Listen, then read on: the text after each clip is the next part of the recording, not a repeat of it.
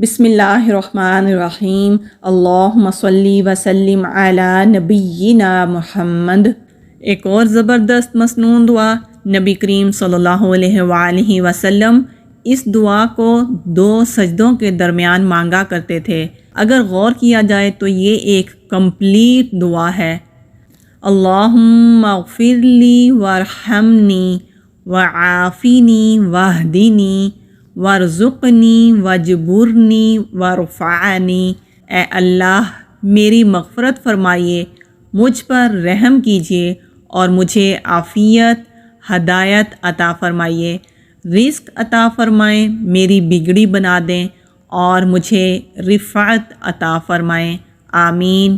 بخشش کی بہت ہی زبردست دعا ہے۔ اللہ کے نبی اس دعا کو جب نماز پڑھا کرتے تھے تو رکوع اور اپنے سجود میں بھی مانگا کرتے تھے۔